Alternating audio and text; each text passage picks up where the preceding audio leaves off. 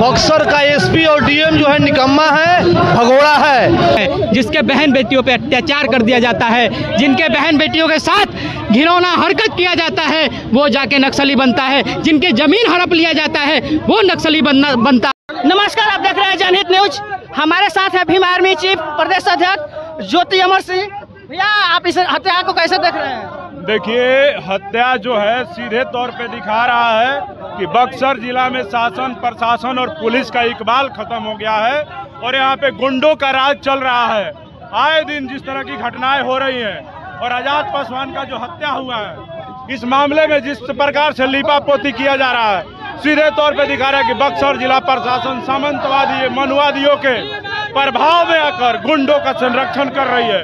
लेकिन हम भीम आर्मी वाले लोग अपने आंदोलन के माध्यम से सरकार को चेताना चाहते हैं कि अगर आजाद पासवान के हत्यारों को विलंब गिरफ्तार नहीं किया गया तो इससे भी बृहद आंदोलन, ये बक्सर से बड़ा आंदोलन पटना में किया जाएगा और सरकार और प्रशासन को झुकाने का काम किया जाएगा। ये नीतीश कुमार का सरकार बोला था गरीबों और दलित का सरकार है, लेकिन इसमें गरीब और दलित बिल्कुल नहीं है। सीधे तौर पे इस सरकार में नाम बैकवर्ड का, काम फॉरवर्ड का वाला हाल है और सीधे तौर पे बहुजनों को दबाने का ये सरकार प्रयास कर रही है, जिसको हम लोग बर्दाश्त नहीं करेंगे। क्या लगता है कि इस कातिल को नहीं पकड़े वाले में राजनीतिक दबाव ही है? सीधे तौर पे बक्सर जिला के जितने सामंतवादी मनुवादी नेता हैं, उनके दबाव में बक्सर के एसपी और डीएम इस मामले पे लीपापोती करने में लगे हैं। लेकिन भीम आर्मी के रहते ये लीपापोती नहीं होने दिया जाएगा। शासन और प्रशासन के कान को खोल करके उनके इस मामले पे न्याय देना। सर, 1 घंटा हो गया यहाँ पर, हम लोग गेट बंद कर दिया गया। 1 घंटा से धरने पे आप लोग हैं, अभी तक मतलब जो जिला पदाधिकारी हैं उनके कान तक जू नहीं रहेंगे। इसके बारे में आप क्या कहेंगे, इतना हाला शोर शराब करने के बावजूद भी? बक्सर का एसपी और डीएम जो है निकम्मा है, भगोड़ा है। आप समझिए कि 2 दिन पहले अवगत कराया गया था कि भीम आर्मी के माध्यम से आजाद पासवान की जो हत्या में शामिल अपराधी है, जो हमारा मांग है, उस मांग को लेकर हम लोग शांतिपूर्ण तरीका से आक्रोश बात आज निकालने वाले थे, तो आखिर एसपी और डीएम सब क्यों भागे? तो आप समझ लीजिए कि जो आम जनता है उनसे यहाँ के एसपी डीएम जो है आंख में आंख मिलाकर जो बात नहीं कर रहे हैं, तो उनको न्याय और इंसाफ दिलाना दूर की बात है। आप समझिए कि हत्या को 25 दिन हो गया। अगर यही हत्या करने वाला अगर दलित समाज होता तो यहाँ का जो पुलिसिया तंत्र है वो दलित समाज के घरों को जो है चौखट दरवाजा जो है फाड़ देता।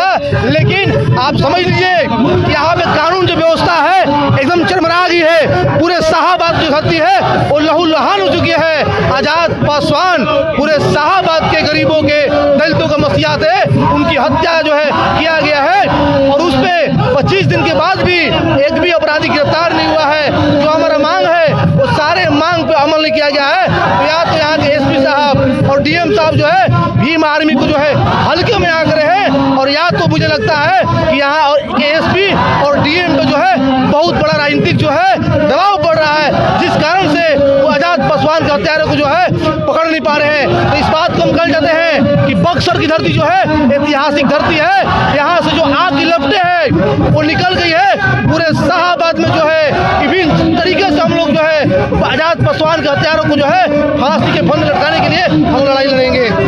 आप कह रहे हैं कि जातिगत भेदभाव किया जा रहा है। आज आज़ादी के 75 साल हो गए और यहाँ पर अभी तक हमारे देश में जातिगत भेदभाव किए जा रहे हैं।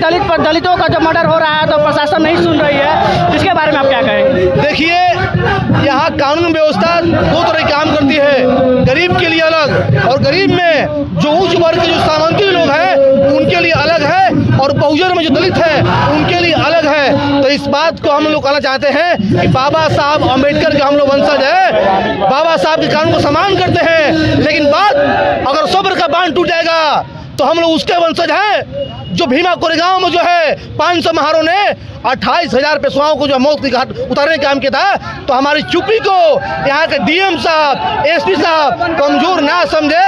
बक्सर की धरती पे इंकलाब आएगा और ये आंदोलन आज आखिरी नहीं है। यहाँ से हम लोग जो है हमारी मांग पर अमल नहीं होती है तो हम लोग अनिश्चितकालीन भूख हड़ताल करने के बाद होंगे।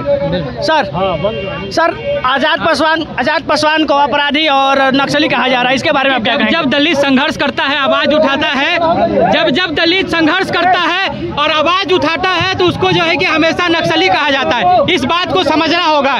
दलित समाज जब भी अगर संघर्ष करता है तो उसको नक्सली कहा जाता है।